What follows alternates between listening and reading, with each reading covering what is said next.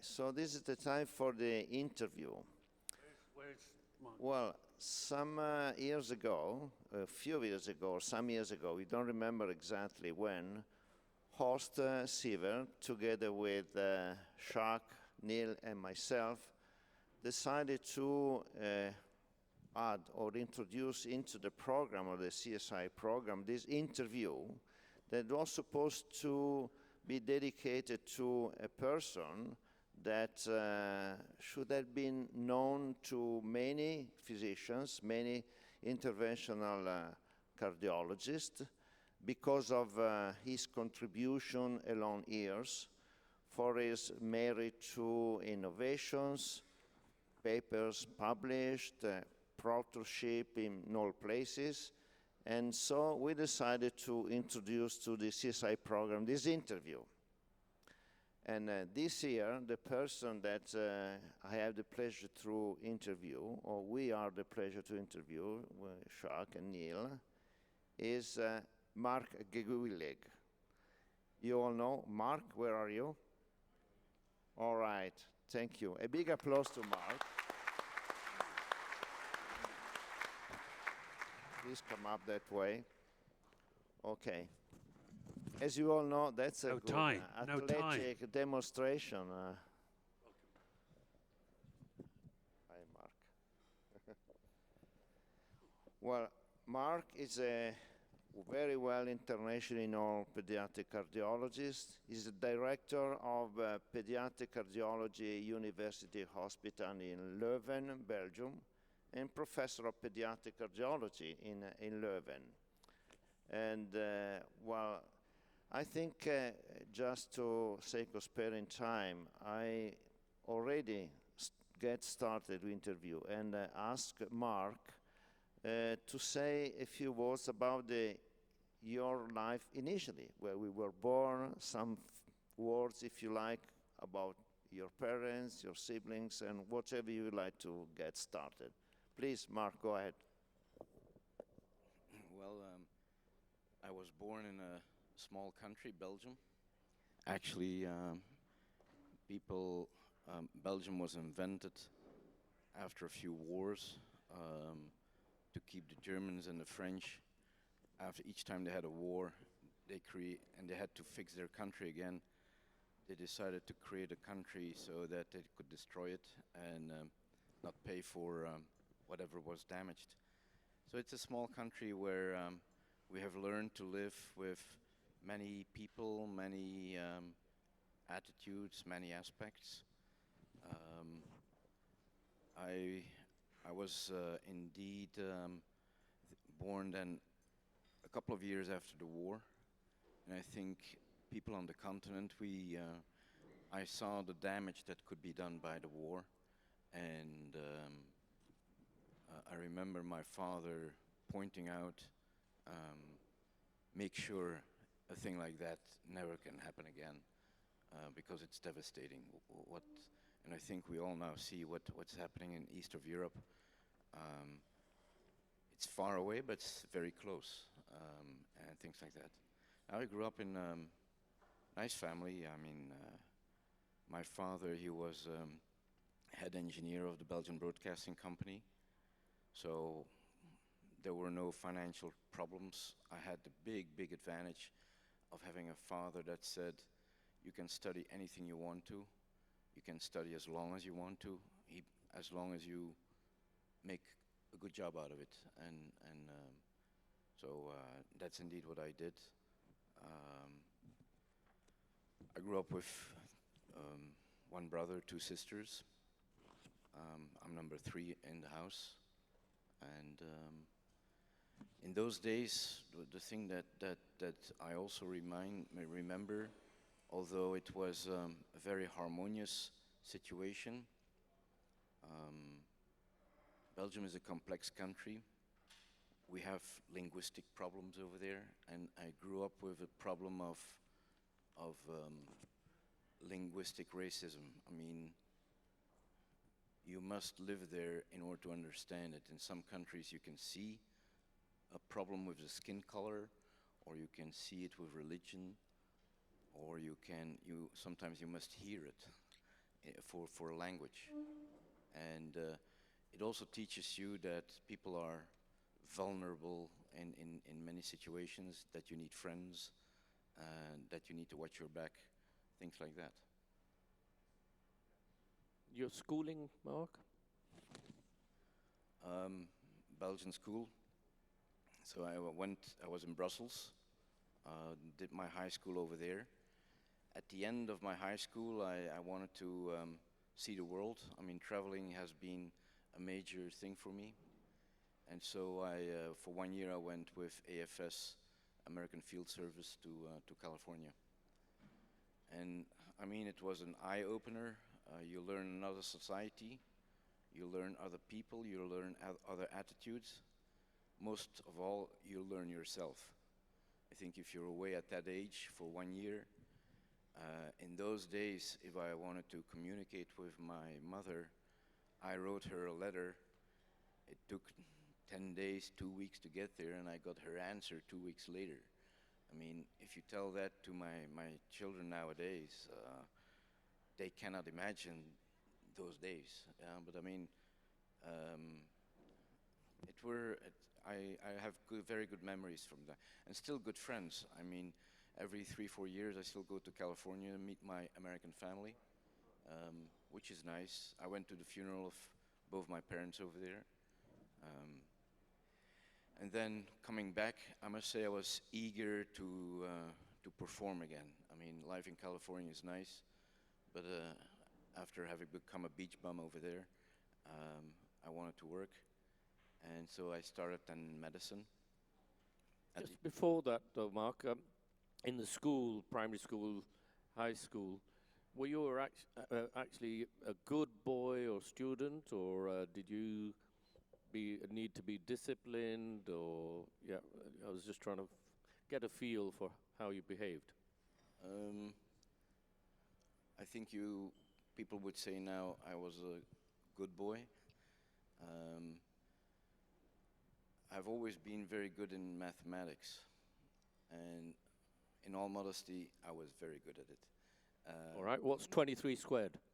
I don't know. But I mean, it's not the calculation itself. But for instance, in my family, everybody is an engineer. My father is an engineer. My brother is an engineer.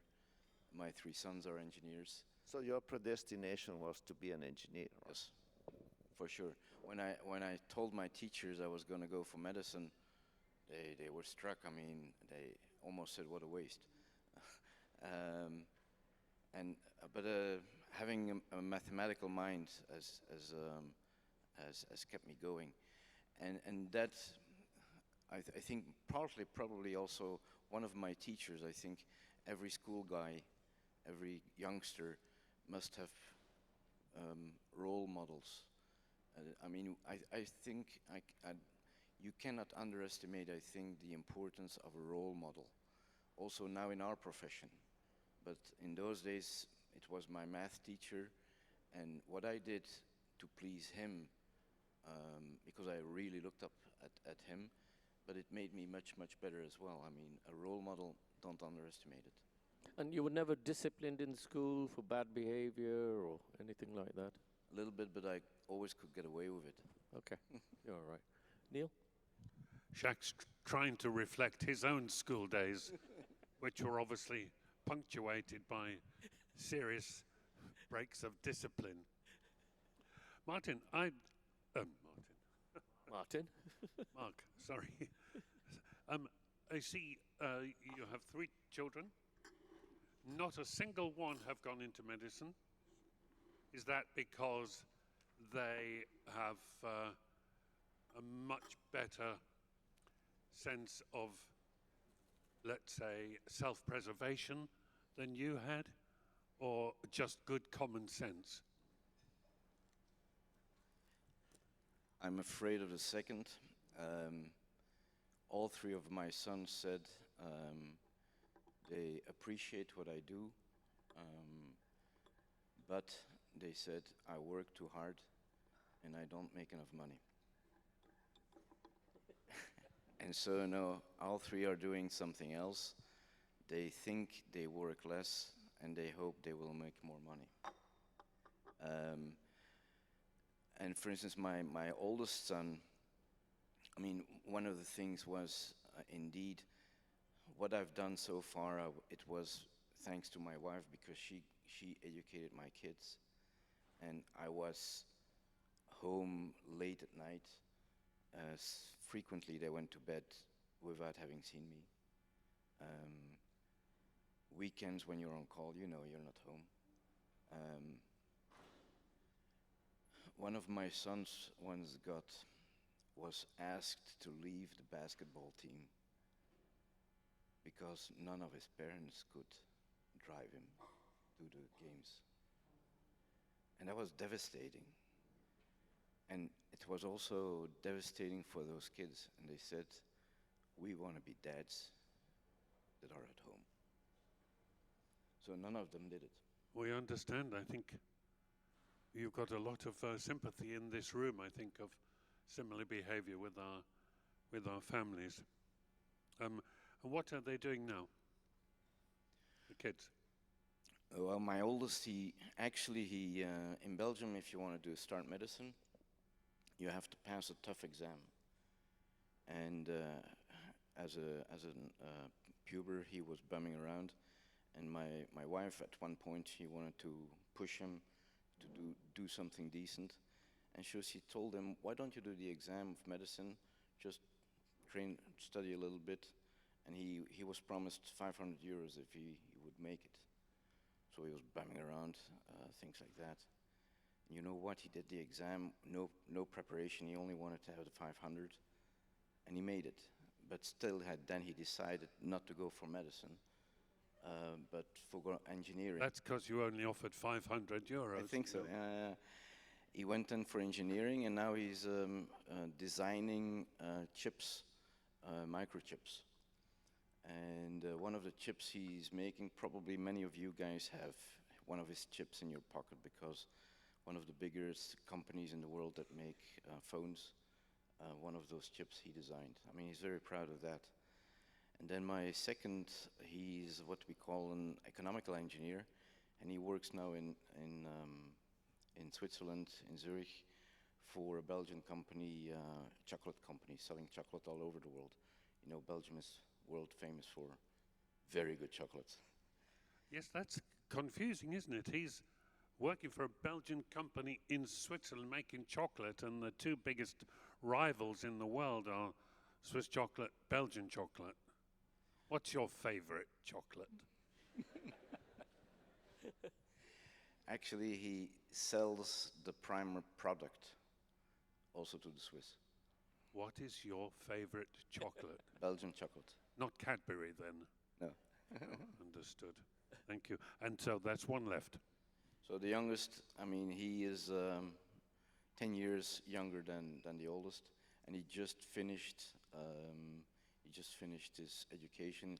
He's gonna graduate next week, and I promised my wife that I would attend his graduation ceremony. I missed it, and both others. That says most of it. In his case, I mean, he's one of those victims of COVID. I must say, I was struck enormously how damaging COVID has been. I mean, that boy was 19 when he was at university when COVID struck. He was at an age when the world should open for him and he should go and dance and party and whatever. And all of a sudden he was confined at home, Zoom meetings, Zoom classes. And I mean, I've heard from other people my age with children that age, it was very, very devastating for them. And actually he's still working on getting over it. I never could understand that something like, I mean, COVID didn't strike us. We worked every day. We went to work. I mean, doctors could do anything. Of course, we had to go to the clinic. But for youngsters that age, they will remember COVID. Marc, I tried to get out of you about whether you were a good boy at school and so on, but when did you start medicine?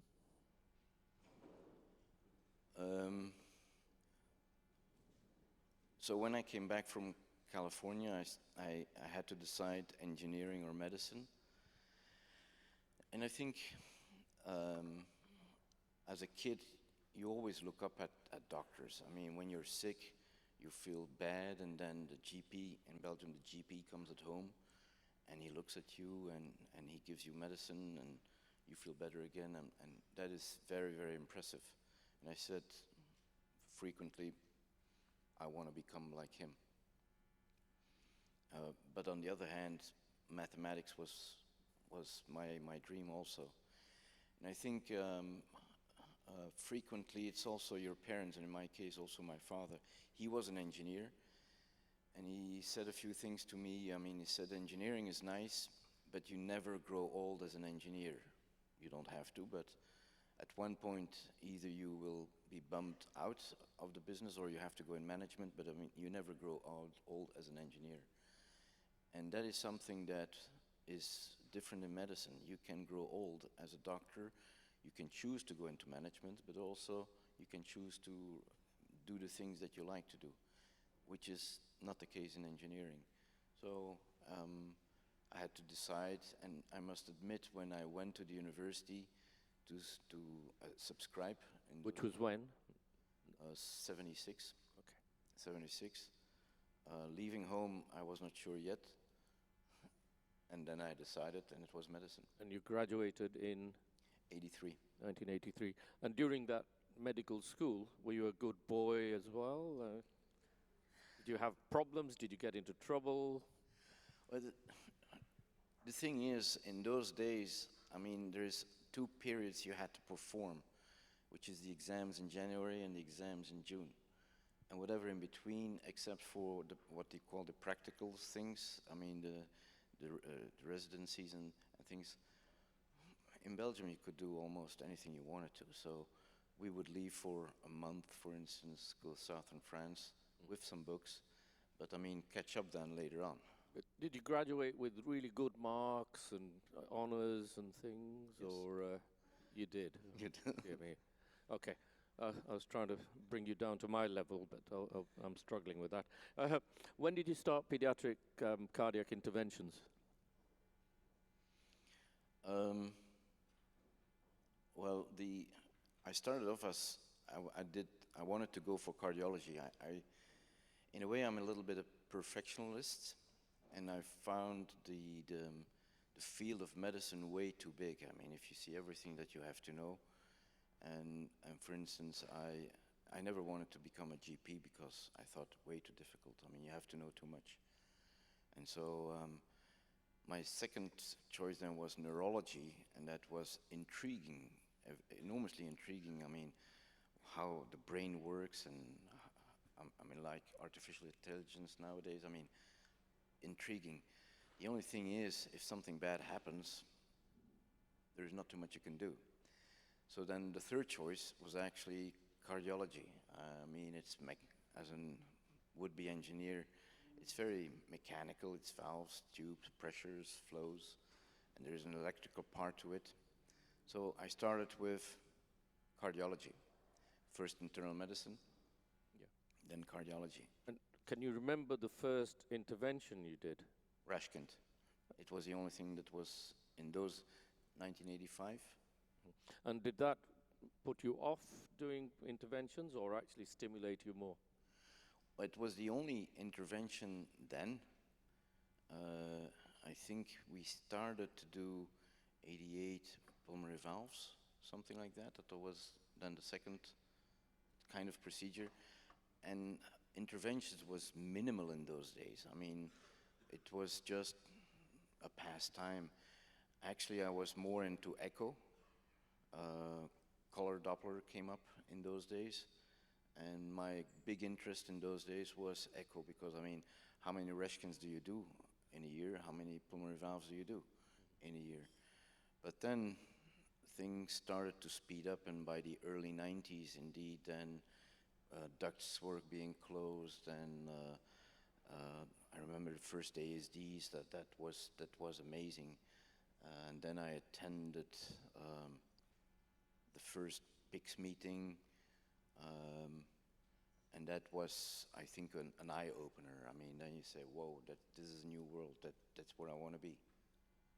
And is that what left lasting impressions on you? The first PIX meeting or the first intervention? What sort of things left a lasting impression? Yes, in those days you really had the impression, I mean, this is the beginning of a big story and the sky is the limit. Let's go for it. Yeah, and technology was evolving enormous. Once nitinol came into the game, I mean, that was a real game changer. Then indeed the sky was the limit almost. Now there is another limit. Yeah. And during that sort of long, I don't really want to emphasize the long career, but in that period, you must have had mentors that you looked up to over the years. Any of them you can mention or remember? Yes, well, of course, initially it was my local person that did the caths. I mean, so caths was the big thing. That was Dr. Dumoulin, but I mean, she was very humble and not very outgoing. You will not know her. And then I was in London I went in London to Great Ormond Street, and there I met James Taylor, who was not the big interventional guy, but I mean, he did what needed to be done in those days. What struck me in his case was his end of the career. I mean, the disaster. He had one major complication in the cath lab where he inserted a stent to bail out. He had no authorization, no informed consent, and he was sued like hell. I mean, discharged. I think society did treat him very, very badly. So that negative thing also made me stimulate for, you must avoid situations like that. Then we learned a lot of, in those days you learned yourself. I mean, you looked in the books. I think the other example was then Jim Locke. I went to Boston for a couple of months. I think then in those days it was the Mecca for interventional cardiology. And then last but not least, there was, what's his name again? A Shaq something. Who also had humor. I've never hear you swear in a cath lab. You're always decent, respectful. If there is a complication, you've had a few, but the way you deal with it, your honesty, I mean, that's you're an example. All right, I'm shocked now. Mario, you take over. Okay. Marc, you did several interventions in your career. Can you recall some your first case, as innovational case that you did in your career? So the first case is the Rashkind. I mean, that was the only thing that was being done in those days. But I mean, I just heard here the prize for the best presentation. So if you would ask me the case I'm proud of, I think I still have the world record of putting a valve in the smallest kid through the liver. So it was a 9-kilo infant who had already had 2 surgeries for a blown out tricuspid valve, and we wanted to avoid a sternotomy. And so the previous speaker there was thinking about putting a 22 French sheet through the liver. I also hated to do that in an infant. And so what I did was actually cut everything away from the ensemble, all the safety things, managed to trim it down to 18 French sheets, and went through an 80 French sheet through the liver, delivered a melody valve in tricuspid position.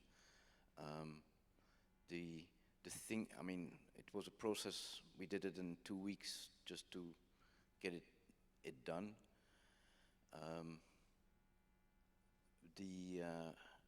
Nowadays, So, sorry, another procedure that I think also is the fenestration, making a secondary fenestration in a fontan. Because I saw a patient with PLE, and theoretically I said, this must work, it must improve her. But in those days, we had the option to go to the animal lab, do it, test it. I did 5 animals before I went to then I went to the patient, said, we'll do this, I can do it. We did it, it worked. I mean, she was transplanted 3 years later, but it worked. Nowadays, it's very tough to do that. I mean, I lost my license for animal experiments because you have to train, retrain, recertify, and I forgot to do it last time, so I lost my license.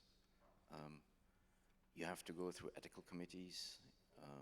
You need a lot of money. In those days, we took, I mean, we did it on dogs of a breed, Straton, which means dog street, literally.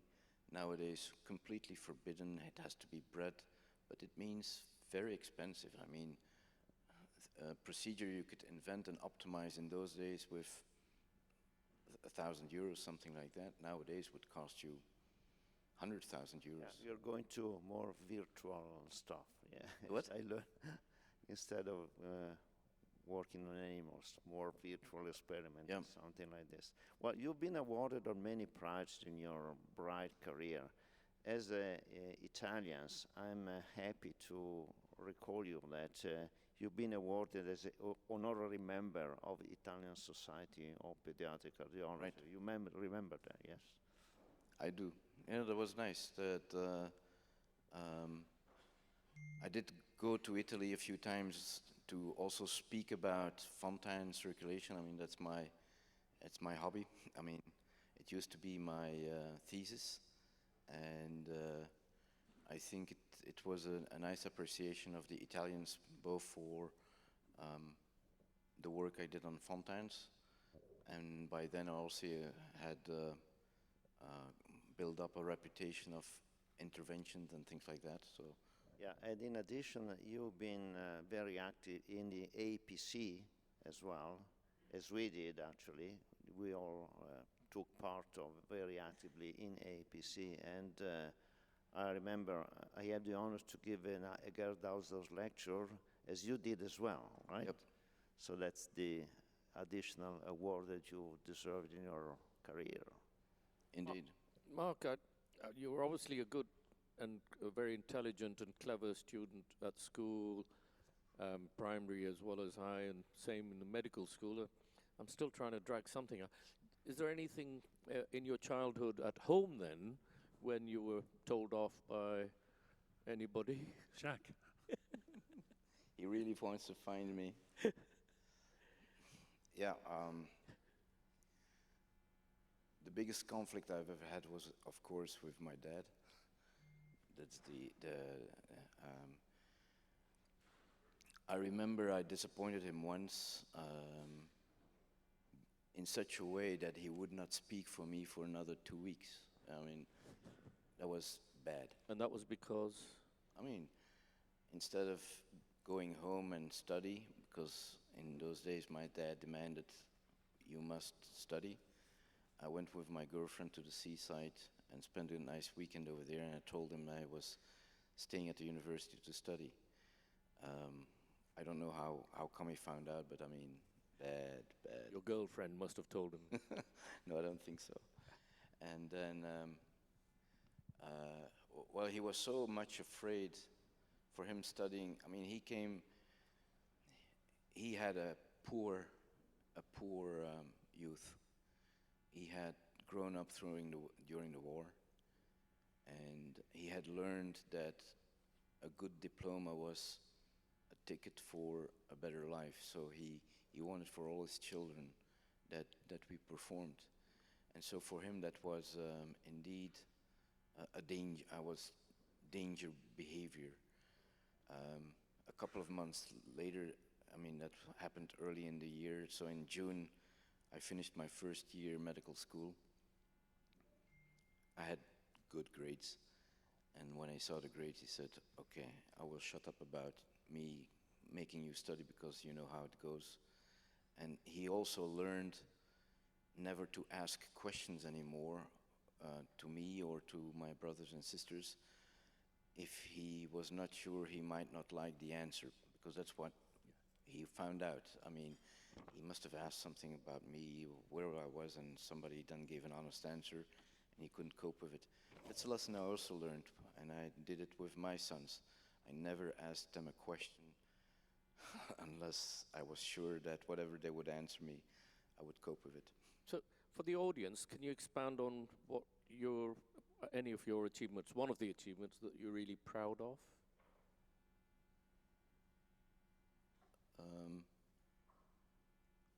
Sorry, say the question again. In all your career achievements, what is the one achievement that stands out that you really are proud of? There's different fields. I think in fontaine physiology, I'm very proud. I mean, when I started in fontaine physiology, it was a fontaine like a black box. The surgeon did something, and after that surgery, things went wrong, and we had no control.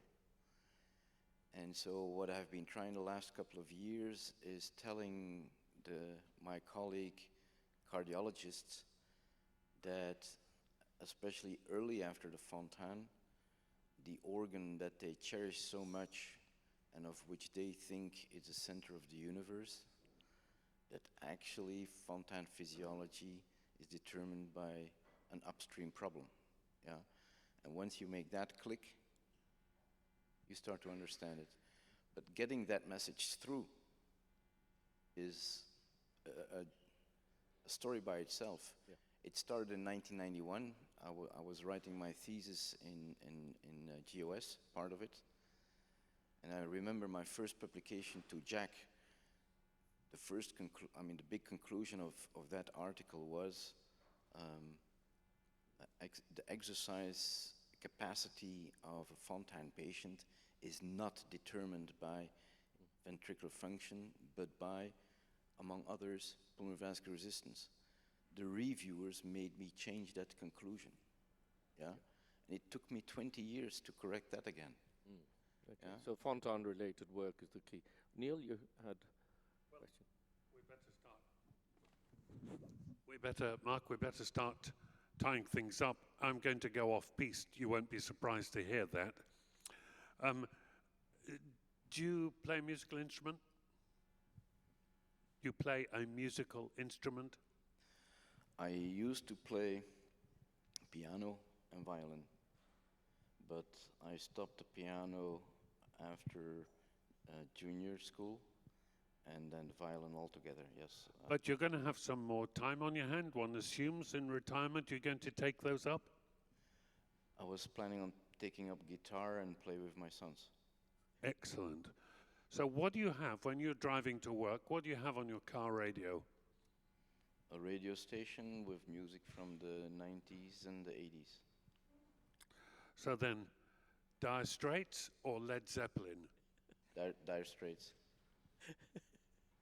You already mentioned that you prefer Belgian chocolate to Swiss chocolate. But what do you like to eat? What would you cook for yourself? Or is that not one of your skills? Last time I cooked for my son and myself, we both were sick for a day. Okay, Leonardo da Vinci or Vincent van Gogh? Leonardo da Vinci. Elon Musk or Mark Zuckerberg? Musk. Harley Davidson or Ducati? No, Harley. I own one. Harley. Okay. Kevin De Bruyne or Eric Cantona? De Bruyne. De Bruyne. Wonder why? Because he's a very intelligent football player. Yeah, he is. I think he's the world's best player, and Mario agrees with me after the result of the European Cup final there. This is easy for you. Eddie Merckx or Lance Armstrong? Eddie Merckx is a personal friend. Really? Yeah. Oh, nice. That's lovely. And the last question. CSI or PIX? Do they have a joint meeting? So- Otherwise, CSI. Thank you. Mark, if you had your career all over again, or if you had, sorry, not the career, life all over again, what would you do?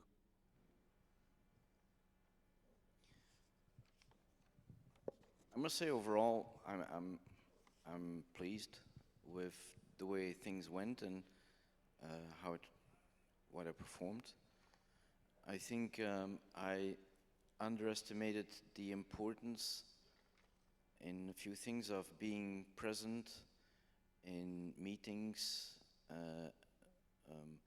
when major decisions are being taken. And for instance, right now we all see with MDR,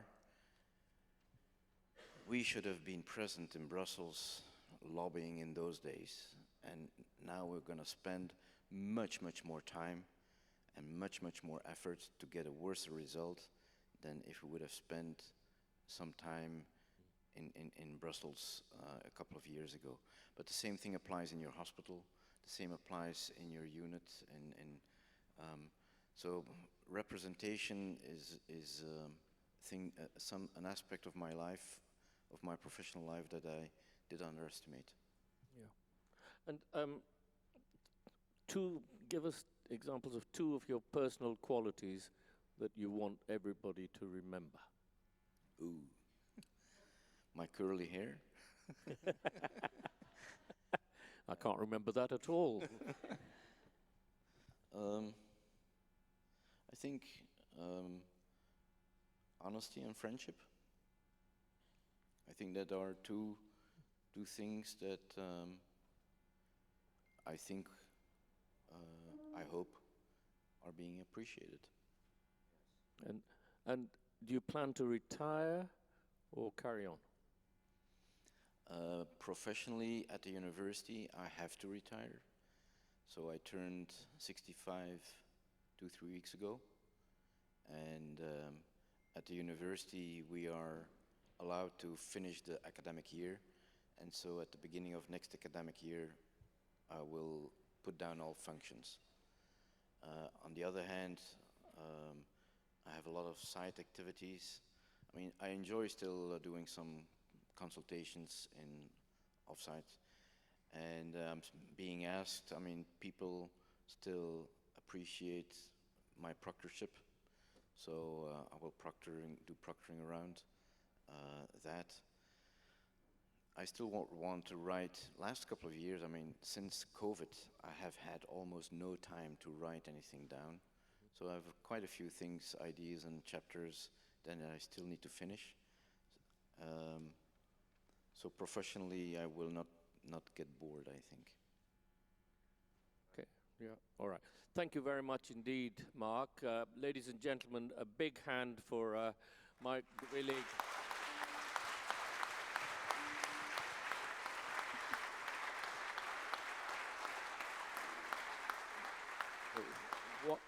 Wonderful life, wonderful career, and we're going to ask, there's a certificate, Lifetime Achievement Award, that Mario, Neil and I will present to you. Well done, Marc. All right, thank you.